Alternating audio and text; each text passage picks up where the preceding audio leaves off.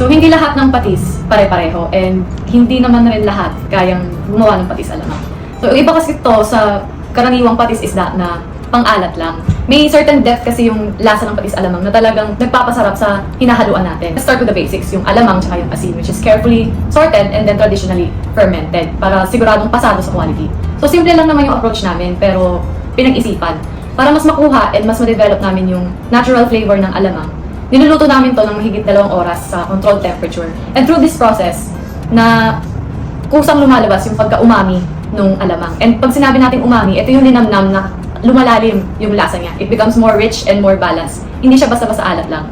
So, hindi rin namin minamadali yung proseso na to kasi alam namin na importante to, hindi lang sa lasa, kung hindi pati na rin sa food safety. Kaya mas stable, mas consistent, and mas safe yung produkto namin. And habang tumatagal to sa pagluto, nagkakaroon to ng natural reduction, kaya mas concentrated yung lasa sa bawat bote. And at the end of the day, gusto lang namin siguraduhin na ang bawat patak sulit. From receiving ng raw materials namin, talaga sinusigurado na namin na quality yung pare-receive. And then from that, isasort namin and then traditionally fermented siya para siguradong pasok yung lasa at yung quality. Talagang sumusunod kami sa good manufacturing practices and sa mga standard quality na standards.